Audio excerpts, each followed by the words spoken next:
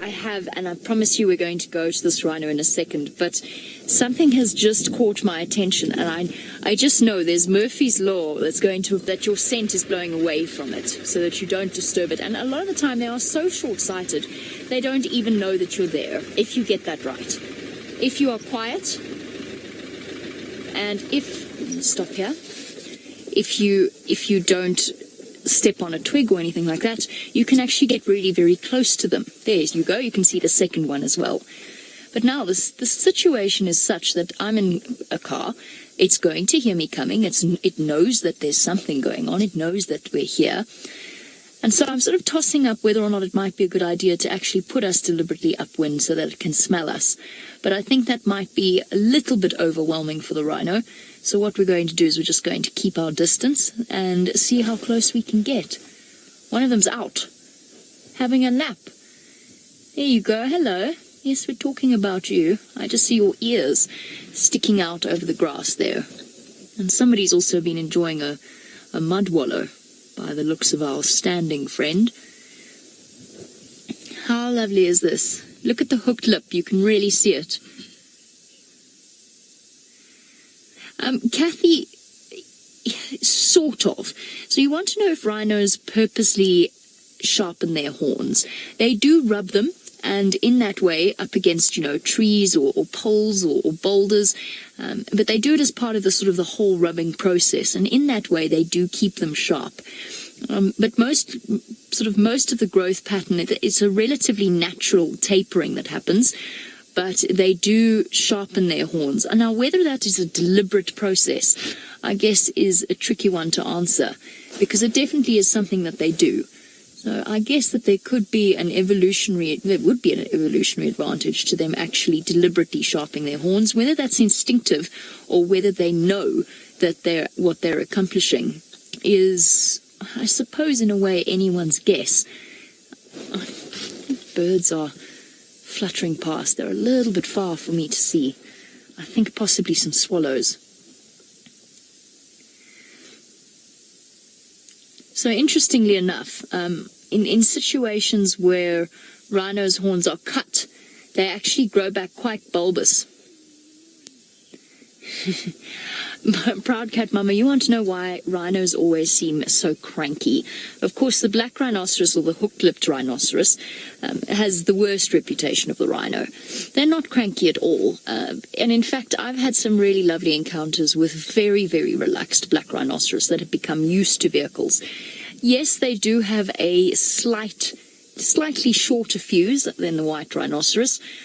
White rhinoceros tend to habituate to people very quickly and very easily. I think it has a lot to do with just how short-sighted they are. So it's a sort of a charge first and ask questions later approach. When they can't smell and they can't hear what is approaching them or what is around them, they tend to get quite upset, and they often go barreling off, often not even picking one direction. I've spoken to a lot of people who have spent many years and many hours on foot in the bush, and they say one of the animals that is most often underestimated is the white rhinoceros, or the wide square-lipped rhinoceros, simply because people tend to view it as so placid. But when it does actually charge, it tends to follow through. Whereas black rhino, I've been on the receiving end of a few quite scary warning charges, and they've always turned away. I do know of many people who have been hit by black rhino in vehicles as well. They're also about a ton lighter than the square-lipped rhinoceros. And I think there's just something, I think it's also in the stories of their attitudes. I mean, look at this. See? We're sitting right here, and this rhino's going to lie down and have a sleep in front of us. How special is that? I also think that part of the stories that have evolved around how grumpy the black rhinoceros is have been as a result of their body posture. They naturally have quite a high-held head. They're browsers, they're not grazers like the square-lipped or the white rhino. So I think that sort of inquisitive head posture, which is different to white rhino, I think in a way has contributed to the feelings around them. Having said that, of course, as I said, I've had a few very scary moments with black rhino. But most of the time it just comes from a level of discomfort.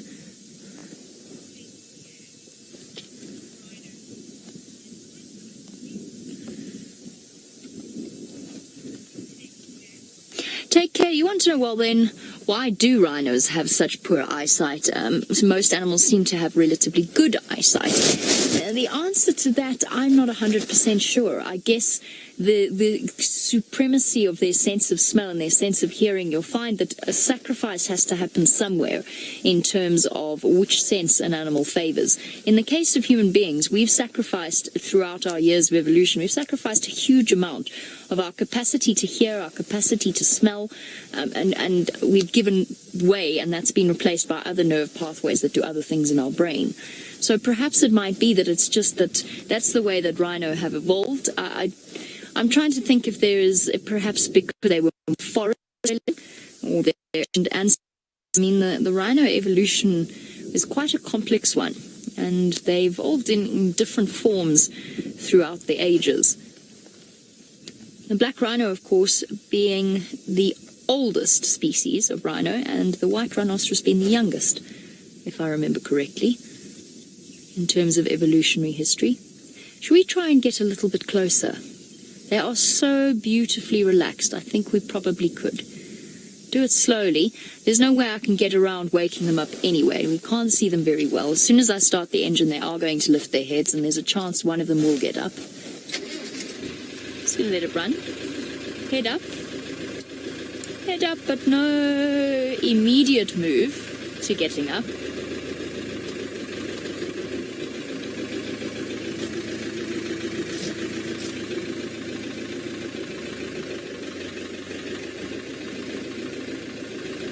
Actually, the skin of a rhino is very, very similar to that of an elephant. It's very thick. It's not as thick as the skin of an elephant, but it is exceptionally thick. Hi, guys. Hello. Okay, we've got one up. Just hold on to that thought, Ashley. Okay, I'll stop there because baby's got up as well. It's a youngster, 2 years old, 2.5 maybe. Yeah, 2.5-ish. In fact, just almost at that critical age. I'm going to say it's even older. I'm going to say it's much older than I thought originally. I'm going to say it's closer to 3.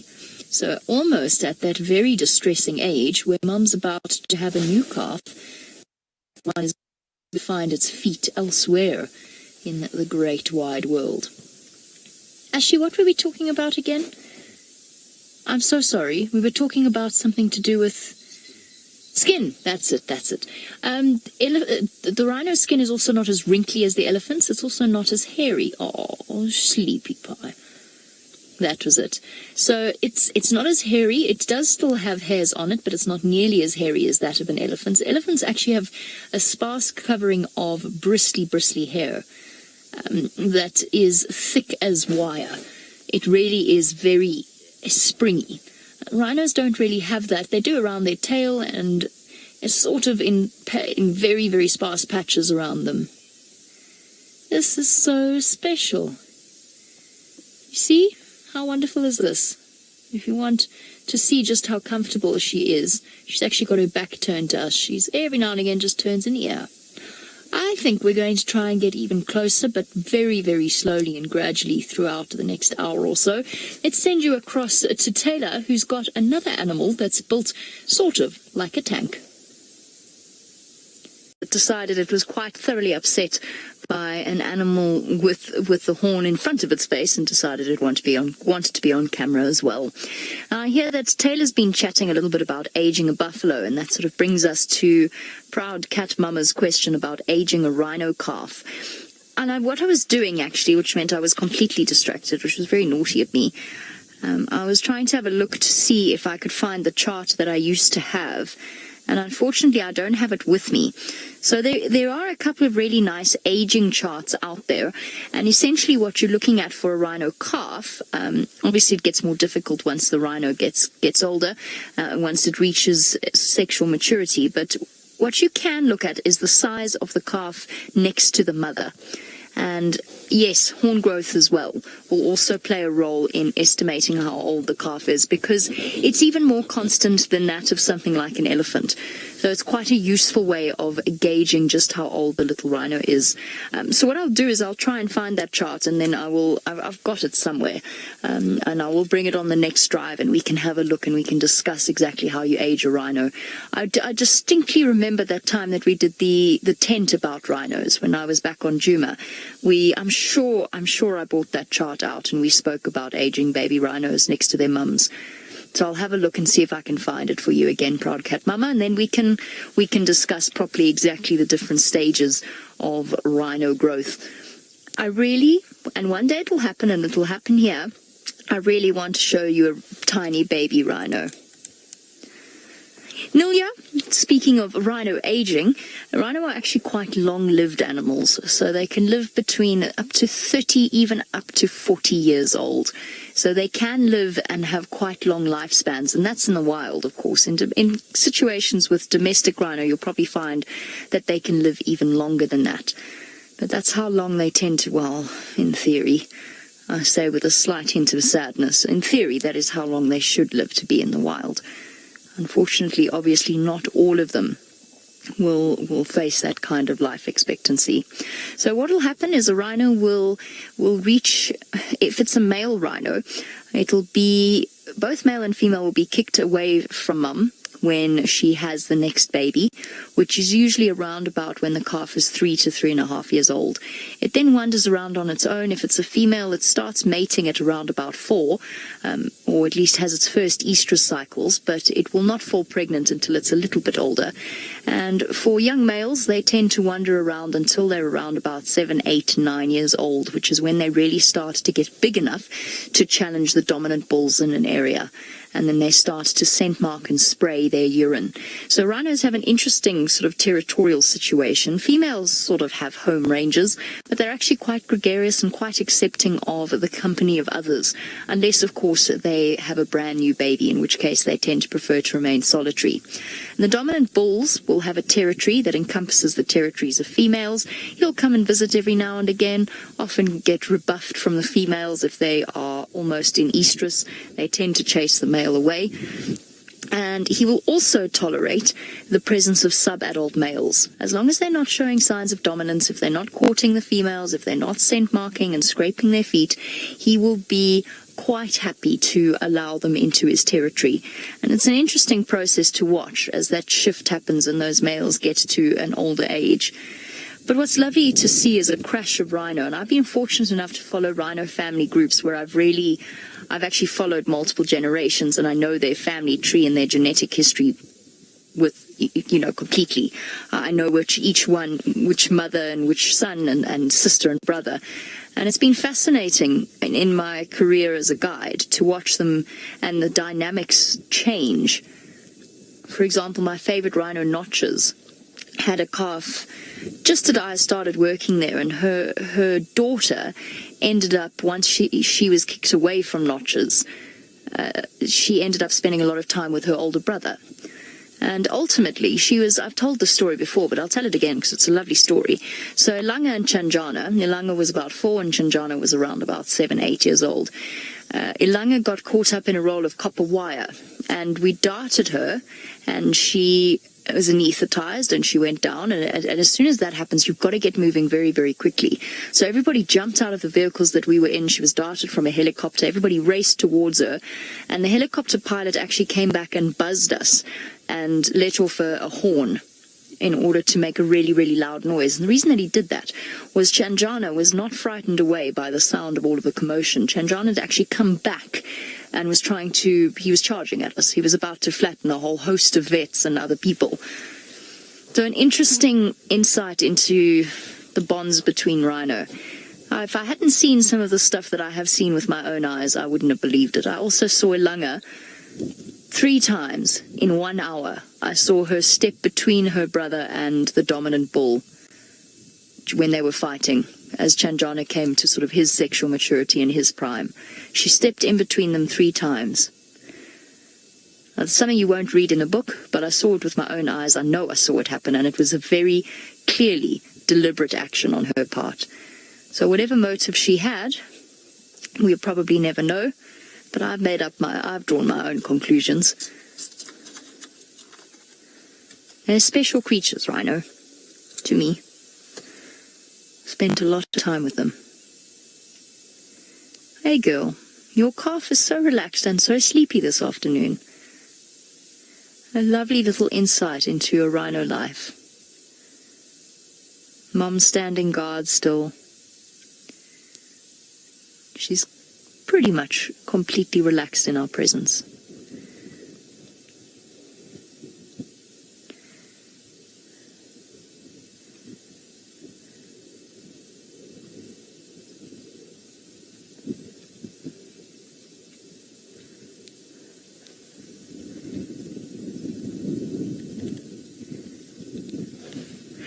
Wondering, Brad?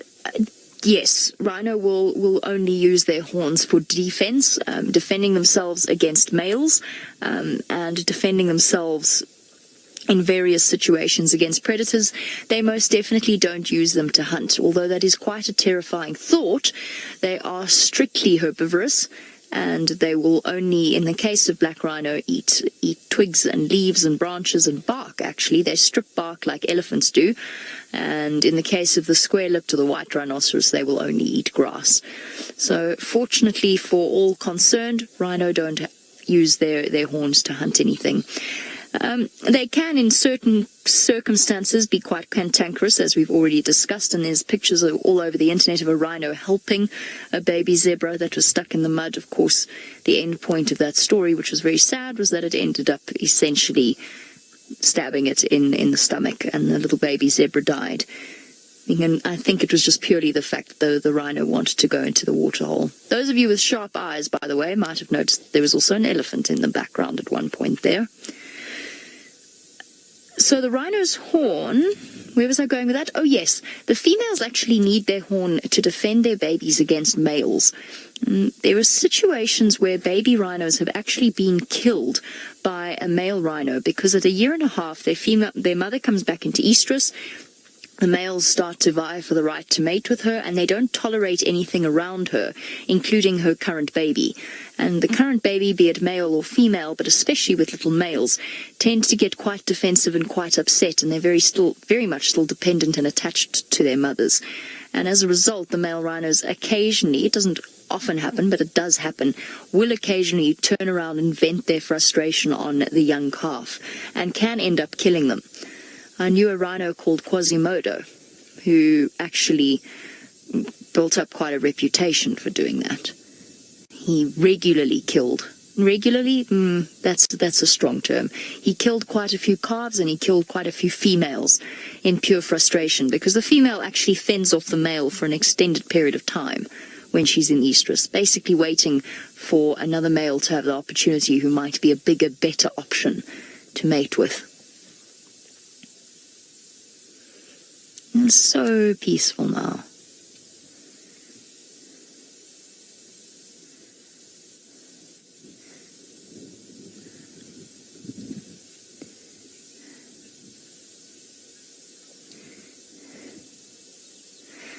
Okay, I'm going to spend just a little bit longer with this rhino, just because I haven't in a while. But while we sit with her and enjoy the company of her and her little one, let's go across and find out what special cat Taylor has. Did anybody else figure out that there were 3 rhino there? I'm really confused. Is that how? What? Did anybody else notice that? I am really confused right now. But I do have lovely news. I know her name. And her name is Naiteru. And that means the fast one. I've just chatted to the guys who are in charge of monitoring these rhino. What? This feels like a magic act has just happened. So there's mum, there's calf, and there's a third one that I had no idea was there. And I'm not entirely sure how that happened. Did it just come in, maybe? No, David, how does that work? No, come on. What just happened? Oops.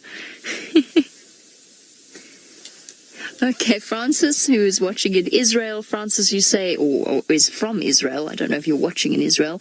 You say that you knew that there was a third one. Well done, Francis. I am not entirely sure how I missed that. I'm a little bit baffled, I'm a little bit bemused, and I'm a little bit embarrassed. But I miss it, I did. Miss it, I did. I don't quite know how that all worked. But there we go. There's most definitely 1, 2, and 3 here. Female, and a calf. Milan, you say it might have been, she actually might have been hiding in the long grass. Look at this. How fascinating is this? I mean, I'm really confused. I'm absolutely, utterly confused as to how that happened. But there you go, very, very identifiable ear notches. So it's the one in the middle that is Naiteru, I think. So you'll be able to memorize her ear notches. And then this female over here with her bottom towards us also has very identifiable notches on her right ear. So if you screenshot those, oh, both of them do. What is happening here? Lady Starfire, if only, huh? If only they multiplied this quickly.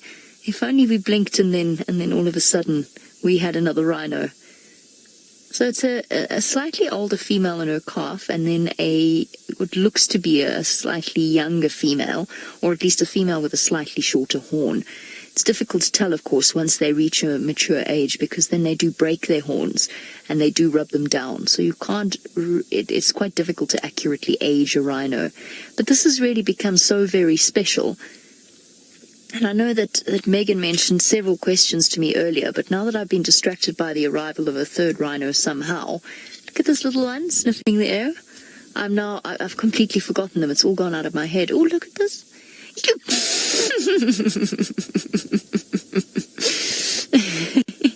What happened there, little one? Did you get a surprise?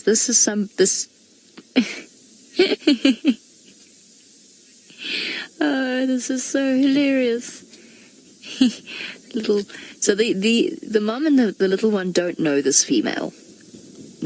Or at least the calf isn't that familiar with this female. They don't spend that much time with her, judging by their reactions, or at least the reaction of the calf. And you can see there's no aggression there. It's just mom putting herself between the other rhino and the younger rhino. Now, Kathy, you were asking a question about the rhino's upper lip, especially because now this youngster is sniffing the air and actually curiously making his way towards the vehicle. I say he, I'm not a he or she. To a degree, a black rhino's upper lip does work like an elephant trunk. It's not quite as dexterous and it's not quite as versatile, but it is still prehensile and it will wrap around. They do use it in quite a similar way to strip the leaves and the branches that they're feeding off. So they do use it in a similar way. I'm still so utterly baffled by the sudden magical arrival of a third rhino. I mean, David, you didn't see it, right? Okay. I'm just making sure. I mean, I haven't been particularly well today, so I thought maybe my brain was doing strange things, but this rhino really did just materialize out of thin air. I also spend quite a bit of time with my head in the footwell of the car looking at the monitor. So perhaps there's an excuse, but I'm not really sure there is. Oh, we're all going off together.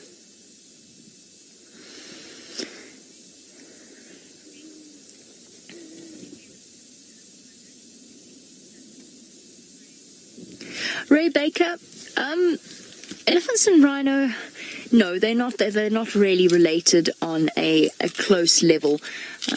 Elephants, of course, in terms of distant evolutionary history, have their background in the sea.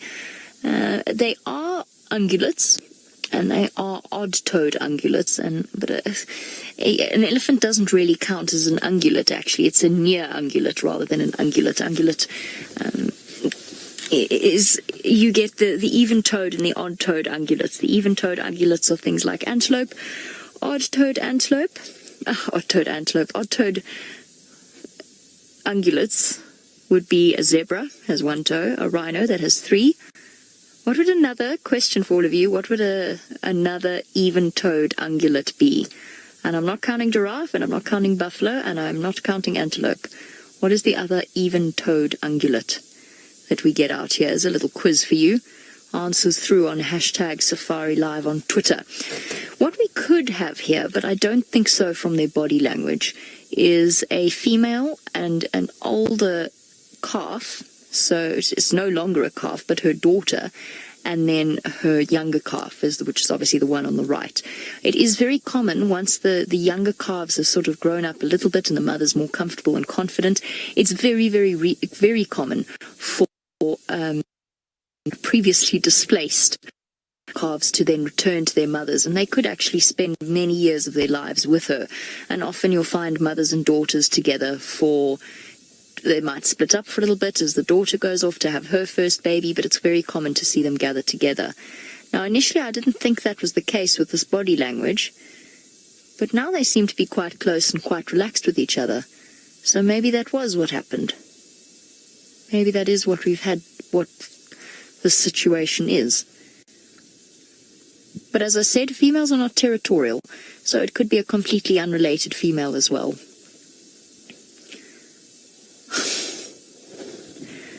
The magical teleporting rhino.